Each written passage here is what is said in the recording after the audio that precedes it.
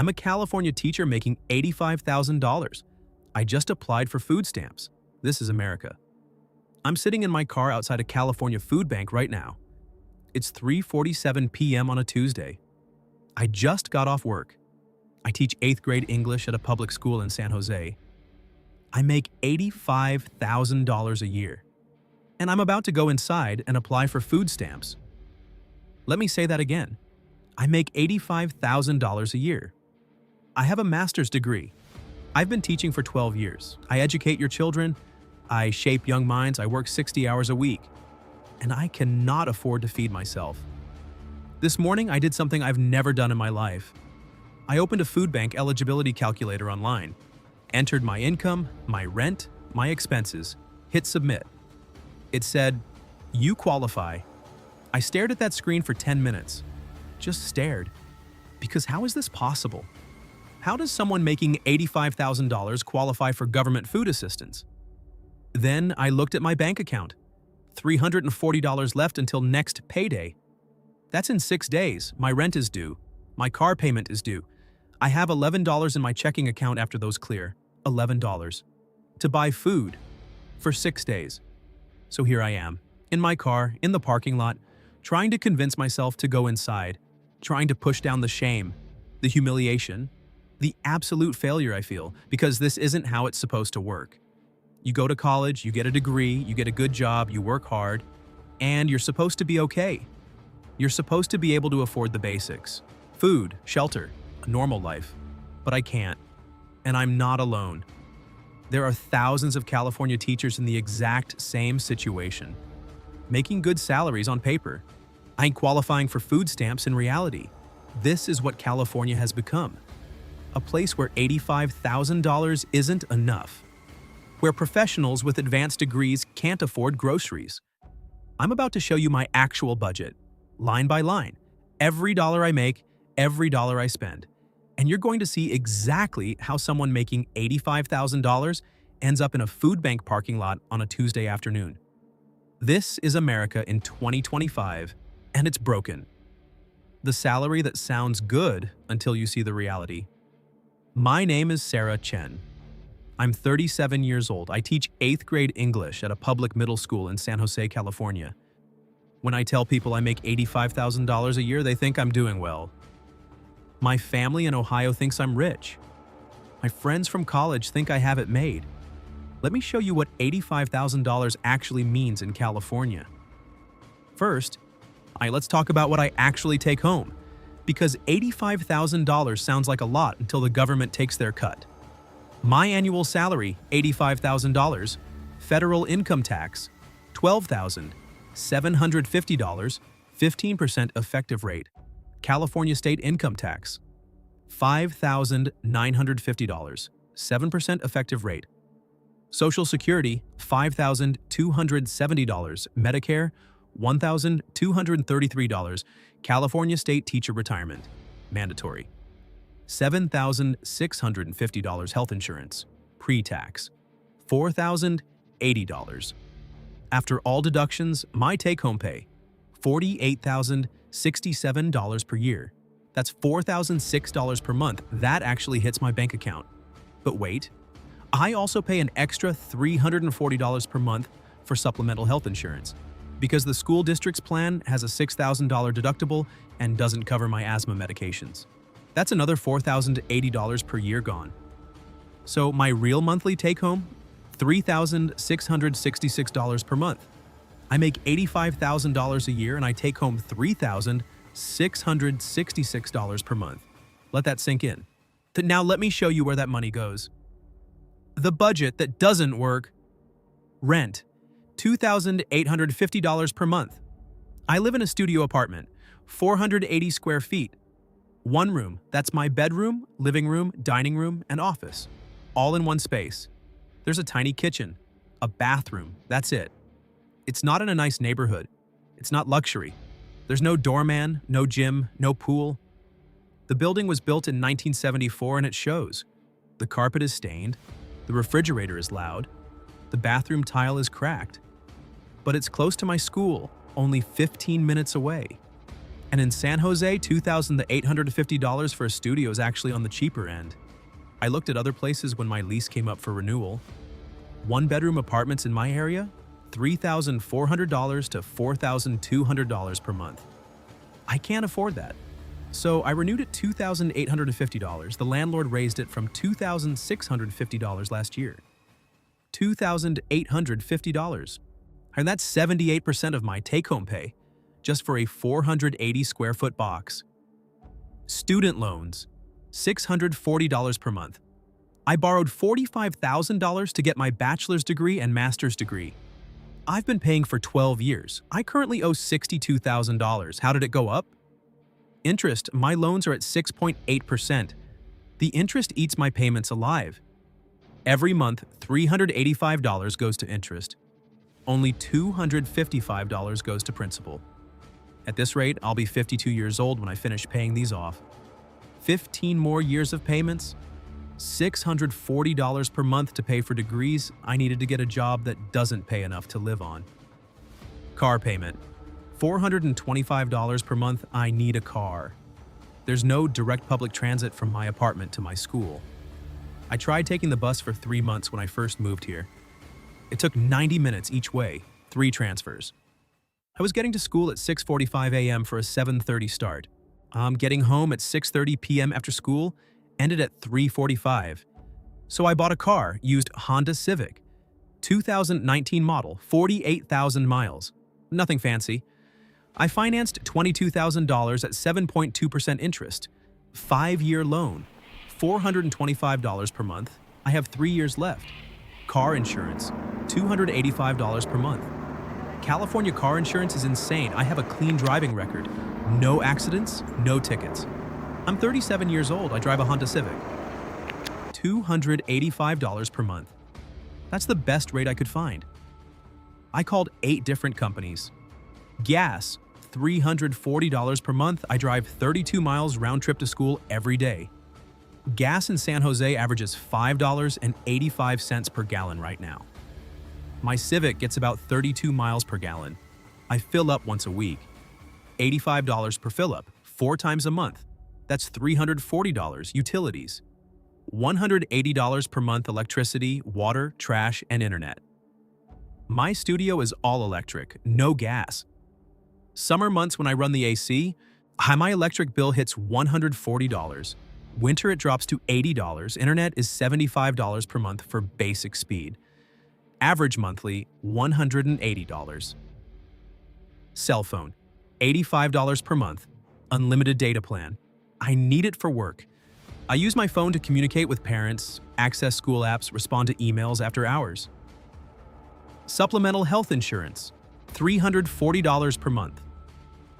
The school's health plan has a $6,000 deductible. I have asthma.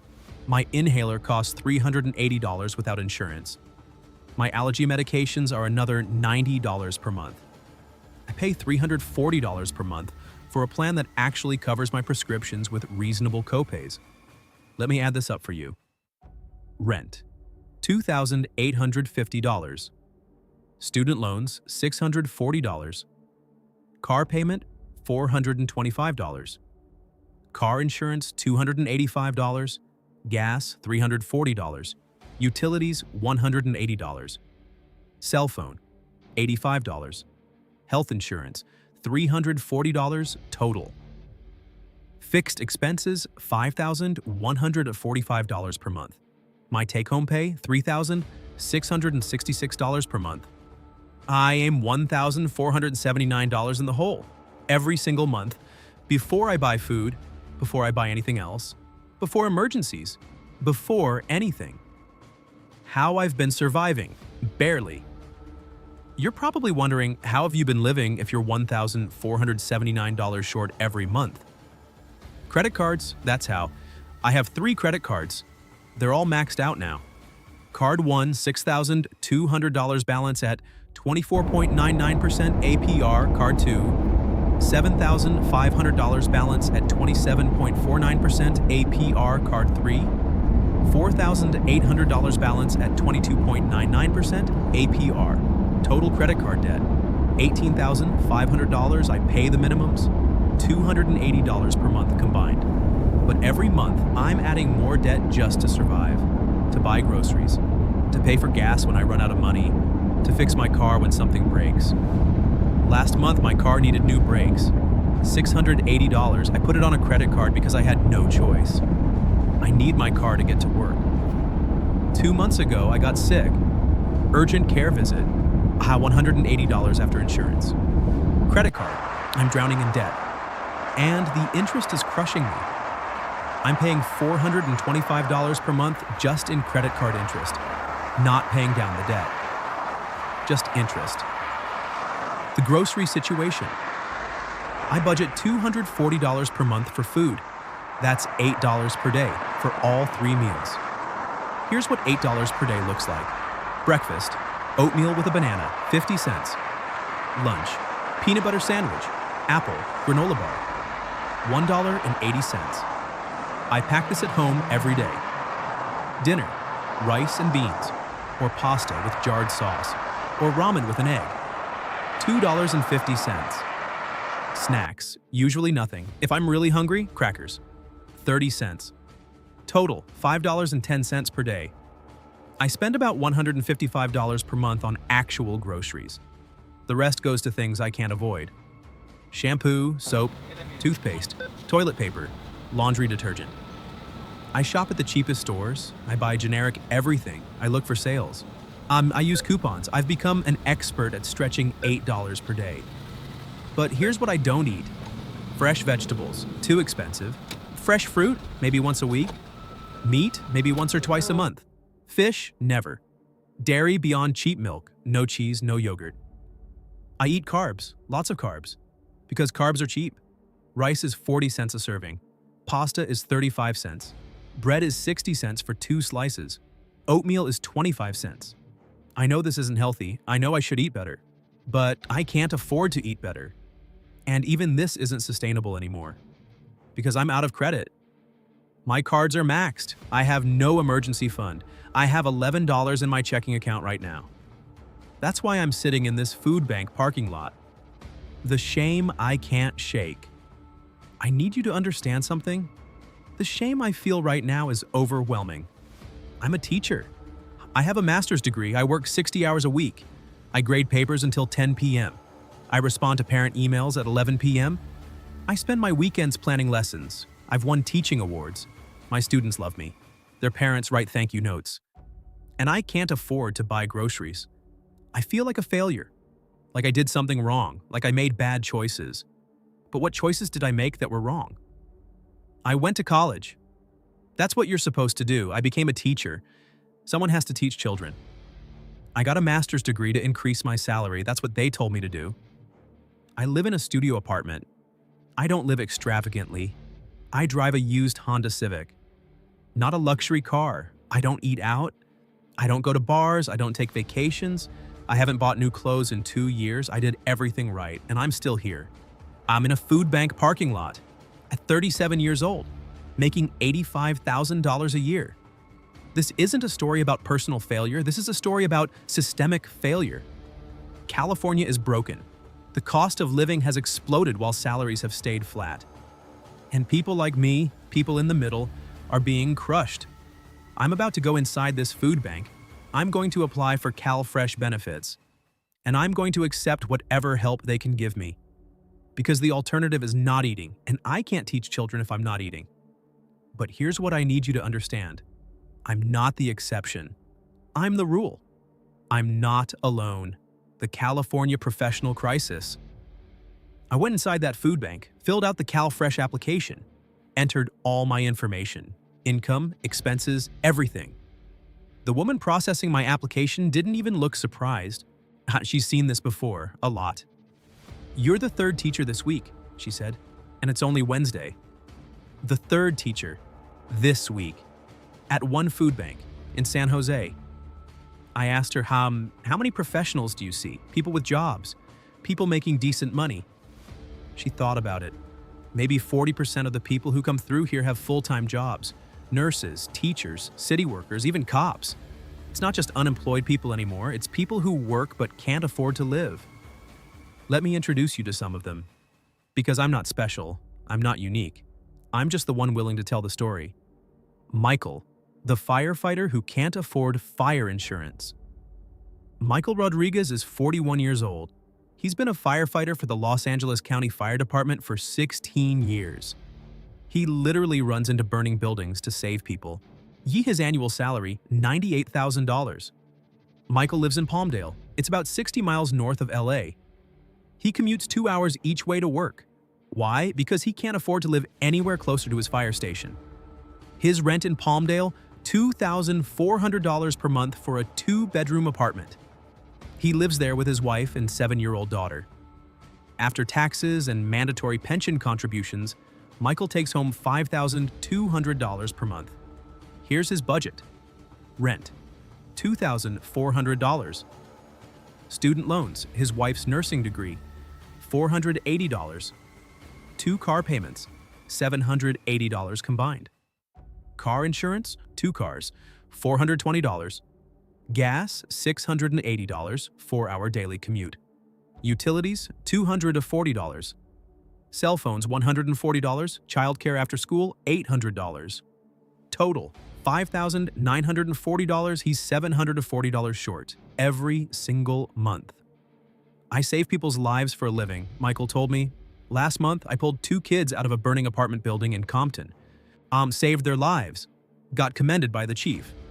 Then I came home and couldn't afford to buy my daughter new shoes because they didn't fit the budget. Michael's wife works as a registered nurse. She makes $82,000. Her take-home after taxes, $4,900 per month. Combined household income, $180,000 per year. Combined take-home, $10,100 per month. Their expenses, $5,940 plus groceries, $800. Health insurance not covered by work, $380. His daughter's asthma medications, $160. School supplies and activities, $200. Basic necessities, $220. Total, $7,700 per month. They're making it work, barely. They're saving $2,400 per month. But they have $34,000 in credit card debt they're trying to pay down. And they're putting nothing toward retirement beyond the mandatory pension. We make $180,000 combined, and we can't buy a house, Michael said. Hint, we can't save for retirement. We can't take a vacation. My daughter asks why we never go anywhere. What do I tell her? Daddy saves lives but can't afford to take you to Disneyland? Michael applied for a loan to buy a house last year. Got pre-approved for $520,000, found a house in Palmdale listed at $485,000. Made an offer. Got into a bidding war. Lost to a cash buyer from out of state who paid $545,000. I felt like such a failure, Michael said. I'm a firefighter. I have good credit, stable job, can't even buy a house an hour away from where I work. Jennifer, the nurse living in her car. Jennifer Park is 29 years old. She's a registered nurse at UCLA Medical Center. She works in the ICU critical care. Life and death decisions every shift. Her salary, $94,000 per year. Take home after taxes, $5,100 per month. Jennifer lives in her car, not because she's homeless in the traditional sense, but because she can't afford rent in Los Angeles on her salary.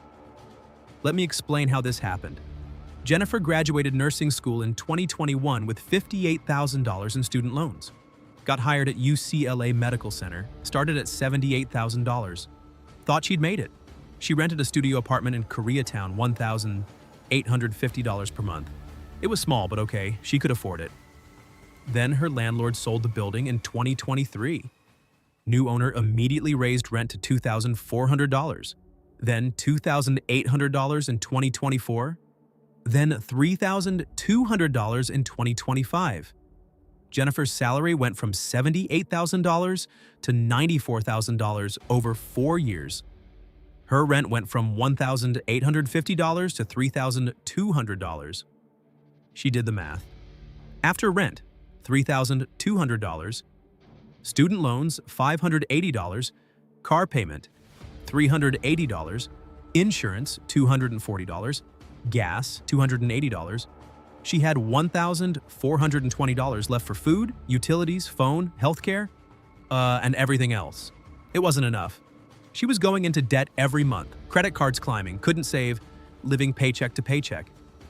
So in January 2025, Jennifer made a decision. She gave up her apartment, moved into her car. "I know how this sounds," Jennifer said, "but I'm not homeless. I have a job, I have a car, I have a gym membership for showers. I have a P.O. box for mail. I eat at work. I sleep in my car in a safe parking lot near the hospital." Jennifer saves $3,200 per month by not paying rent. She's using that money to pay down her credit cards and student loans. Her plan is to do this for 18 months, get debt-free, save $30,000, then move to a cheaper state and buy a house outright. "People think I'm crazy," she said, "but you know what's crazy? Making $94,000 a year and not being able to afford a studio apartment. That's crazy. I'm just adapting to an insane situation." Jennifer works 12-hour shifts. She saves lives. She manages ventilators. She codes patients. Then she goes to her Honda Accord in the parking garage and sleeps in the back seat. "My coworkers don't know," she said. "I'm too ashamed to tell them. But I wonder how many of them are one rent increase away from the same situation." David, the police officer on food stamps. David Williams is 44 years old. He's been a police officer in Oakland for 18 years. He's a sergeant now. His salary, $118,000 per year. Take home after taxes and pension, $6,400 per month. David is on food stamps, has been for 8 months. He lives in Stockton, 80 miles from Oakland. He commutes 90 minutes each way, leaves his house at 4:30 a.m., gets home at 7:30 p.m. Why Stockton? Because he has 3 kids. Ages 14, 11, and 8. He needs a house. He can't afford anything near Oakland. His mortgage in Stockton, $2,900 per month for a 3-bedroom house he bought in 2019 for $380,000. His wife works as a school secretary. She makes $38,000. Her take-home, $2,400 per month. Combined household income, $156,000. Combined take-home, $8,800 per month. Their expenses: mortgage, $2,900, property taxes, $480, home insurance, $220, utilities, $320, 2 car payments, $840, car insurance, $380, gas, $760, his 180-mile daily commute, student loans, $520, 3 kids' expenses, $680, clothes, school supplies, activities, health insurance not covered, $420, total $7,520. That leaves $1,280 for groceries, toiletries, and everything else for a family of 5. $1,280 for 5 people. That's $256 per person per month, or $8.50 per person per day. It's not enough. David applied for CalFresh in July 2024. For a family of 5 making $156,000, they qualified for $340 per month in food assistance. "I was a cop for 18 years and I had to ask the government for help feeding my kids," David said. "That's not right. That's not how this is supposed to work." David works overtime whenever he can, but overtime means he's away from his kids even more, and the extra money gets eaten by taxes and gas. "I protect and serve Oakland," David said. "I put my life on the line. I've been shot at twice, and I can't afford to live within 80 miles of the city I protect." What does that tell you about California? The pattern. It's everywhere. Sarah the teacher, Michael the firefighter, Jennifer the nurse, David the police officer. 4 different professions, 4 different cities. One pattern. On high salaries on paper, poverty in reality. And it's not just these 4, this is happening across every profession in California. Paramedics making $75,000 and living with roommates at age 40. Social workers making $68,000 and qualifying for the same programs they administer to clients.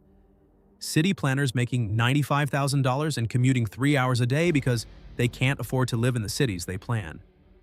Public defenders making $88,000 and carrying $120,000 in law school debt, they'll never pay off. The California Department of Social Services released a report in November 2024. They found that 24% of CalFresh recipients in the Bay Area have full-time employment and earn above $60,000 per year. 1 in 4 people on food stamps in the Bay Area has a full-time job making more than $60,000. That's not an unemployment problem. That's not a laziness problem. That's a cost of living problem. Why this is happening? You want to know why? I'll tell you why. Between 2000 and 2025, the median home price in California increased 320%, from $220,000 to $920,000. During that same period, teacher salaries increased 42%, from $60,000 to $85,000. Rent in major California cities increased 180%, from $1,200 to $3,360 average. Salaries didn't keep up, not even close. Meanwhile, gas went from $1.50 to $5.85 per gallon, groceries up 65%, car insurance up 90%, health insurance up 110%, utilities up 80%. Everything got more expensive. Salaries stayed relatively flat, and the gap between cost and income became a chasm. California created a system where only 2 groups can survive: the very wealthy who don't care about costs, and the very poor who qualify for enough assistance to get by. Everyone in the middle is being crushed.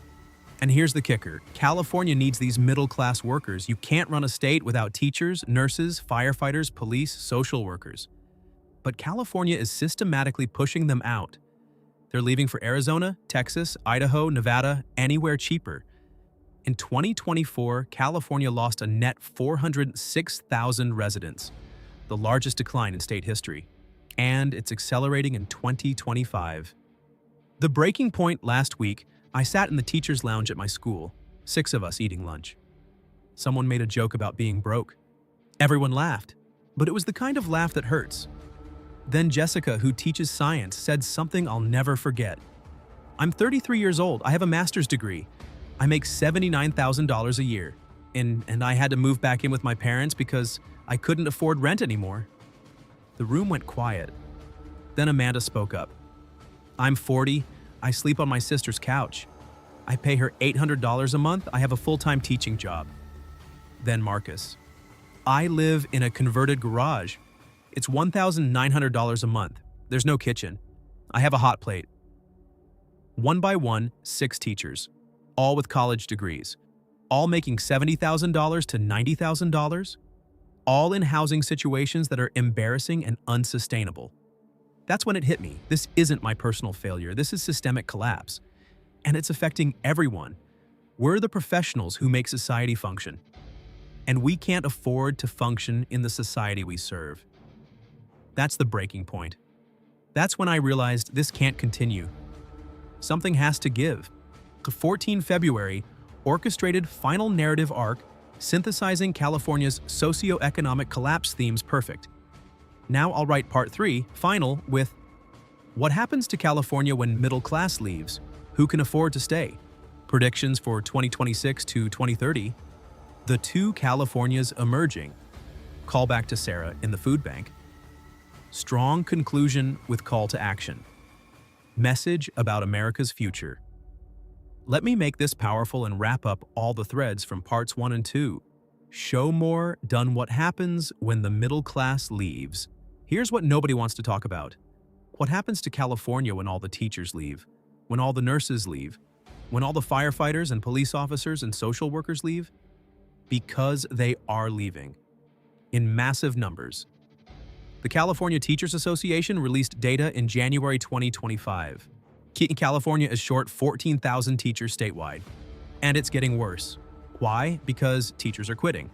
Or they're graduating with teaching degrees and immediately moving to other states where they can actually afford to live on a teacher's salary. My friend Amanda, the one who sleeps on her sister's couch, she just accepted a teaching job in Boise, Idaho. Same job, same grade level. Her salary drops from $79,000 to $58,000. But her rent in Boise? $1,100 for a 2-bedroom apartment.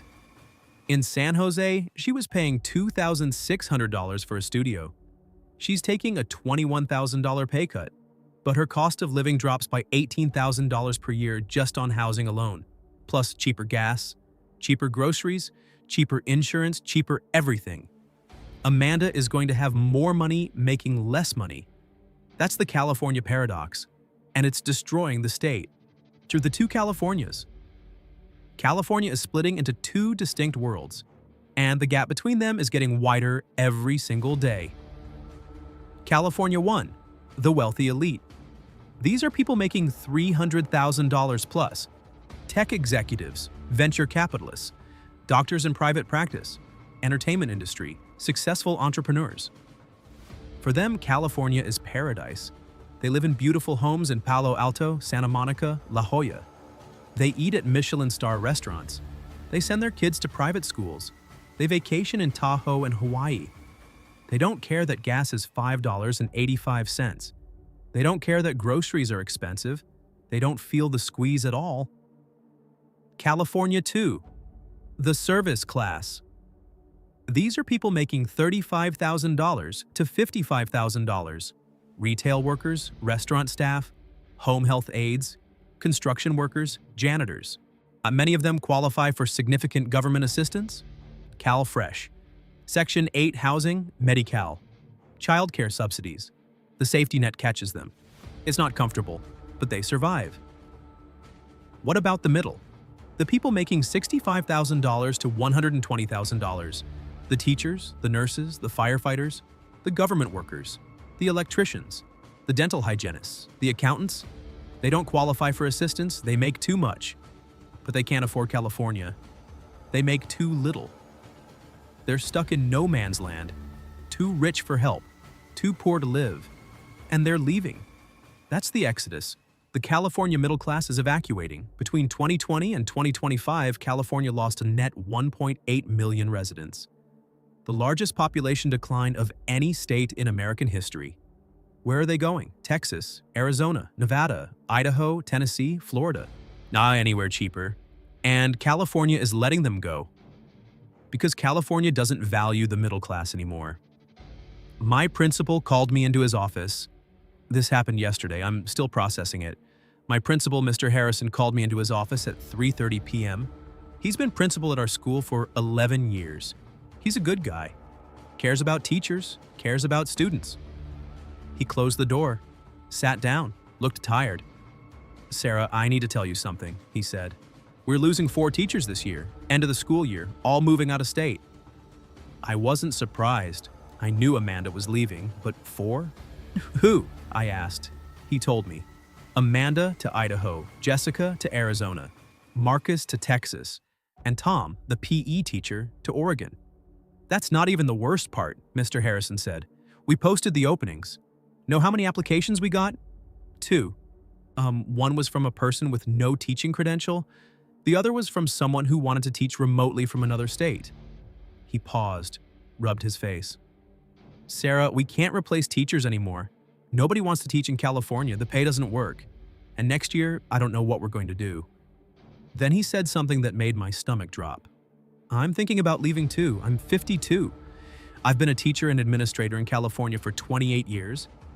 I make $135,000 and I can't afford to retire here. I'm looking at jobs in Nevada. I hate saying that out loud, but it's the truth." My principal, a man who dedicated his entire life to California public education, is planning to leave because he can't afford to retire in the state where he worked for 3 decades. If that doesn't tell you California is broken, nothing will. To the domino effect. Here's what happens when the middle class leaves. It's not just about individual people struggling, it's about the entire system collapsing. Schools struggle. Can't find teachers. Class sizes increase. Quality of education drops. Parents who can afford it pull their kids out and go to private schools. Public schools get worse. More teachers leave. Cycle repeats. Healthcare suffers. Can't find enough nurses. Hospitals understaffed. Wait times increase. Quality of care drops. Burnout accelerates. More nurses leave. Cycle repeats. Public safety declines. Can't recruit police and firefighters. Departments understaffed. Response times increase. Crime and fire damage get worse. More cops and firefighters quit or move away. Cycle repeats. Small businesses close, middle-class consumers leave. Spending drops. Restaurants close. Shops close. Services disappear. Tax revenue falls. More businesses close. Cycle repeats.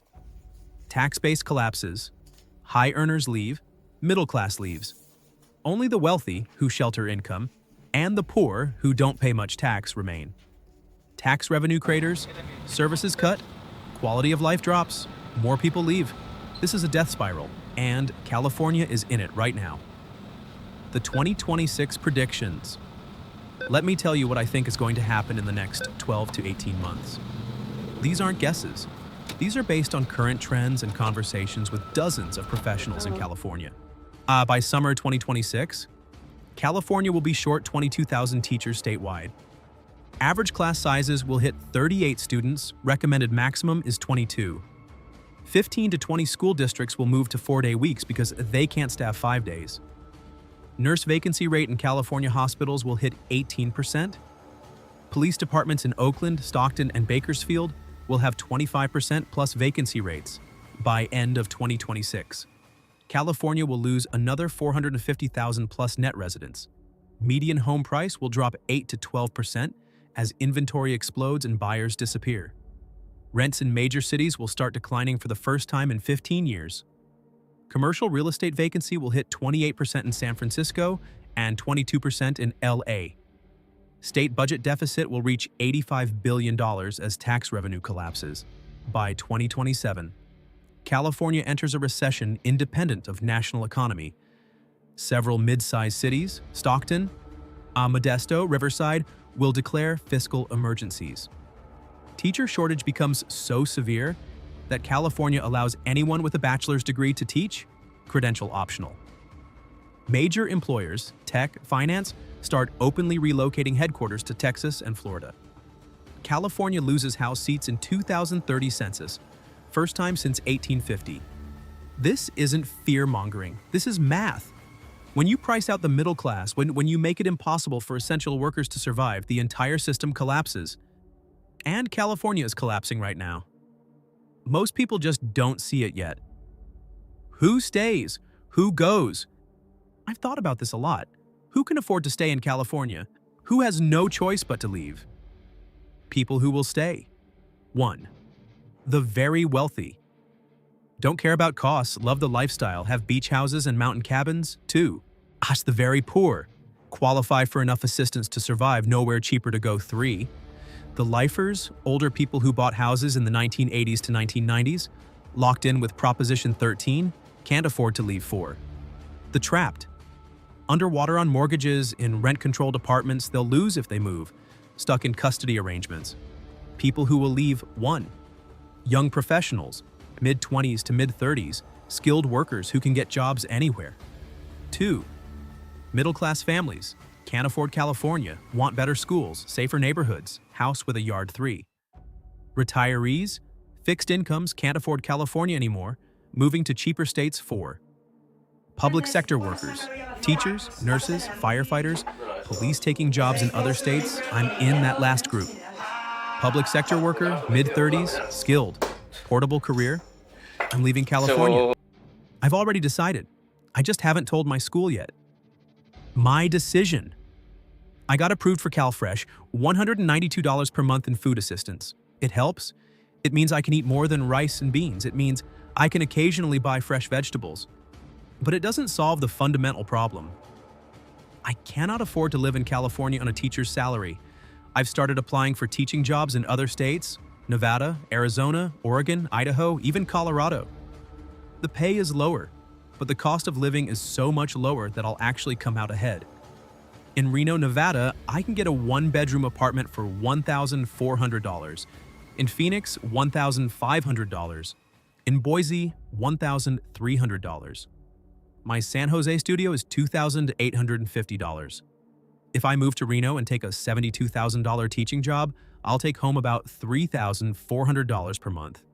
My rent drops to $1,400. That's $1,450 in housing savings. My gas drops by $150. My groceries drop $80. My car insurance drops $90. I'll save $1,770 per month. That's $21,240 per year. In California, I'm going $1,479 into debt every month.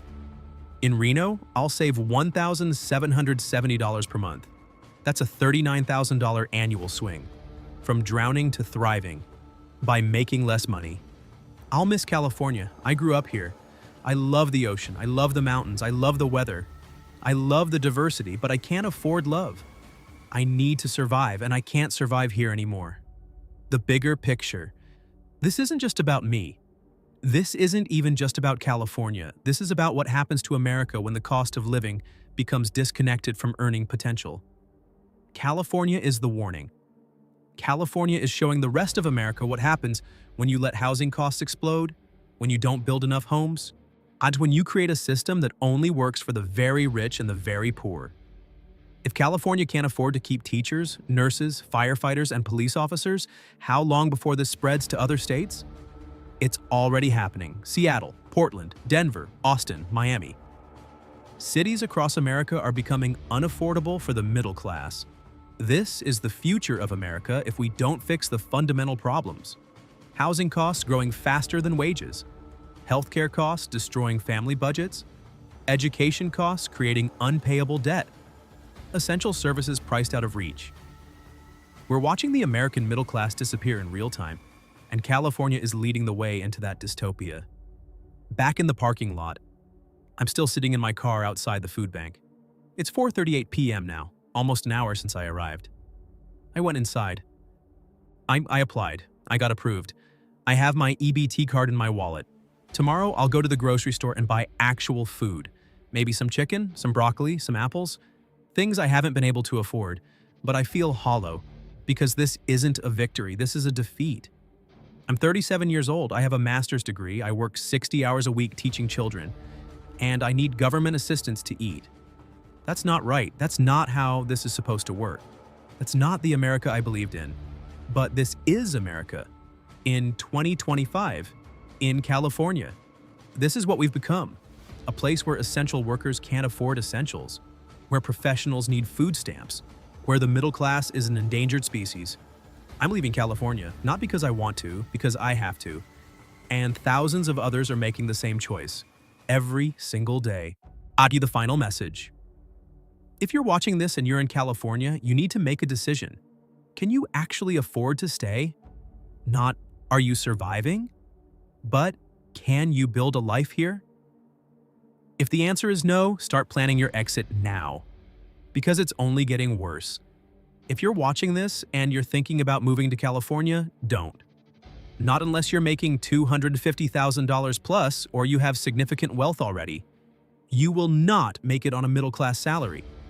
If you're watching this from another state, pay attention. Because what's happening in California is coming to your city next. The unaffordability crisis is spreading. The middle-class exodus is spreading. We need systemic change. We need to build more housing. We need to control costs. We need to pay essential workers enough to survive. But I don't think that's going to happen. At least not in California, not in time. So people like me, we're leaving. We're taking our skills, our education, our dedication, and we're going somewhere that values us enough to let us afford groceries. I'm a California teacher making $85,000 a year, and I just applied for food stamps. That sentence should be impossible, but it's not. It's reality. This is America. This is California. This is broken. Drop a comment. Are you a California professional struggling to survive? Are you planning to leave? Have you already left? Your story matters. Tell it. And if you're not in California, ask yourself, how long before this is your city? Because California isn't an outlier. California is a preview.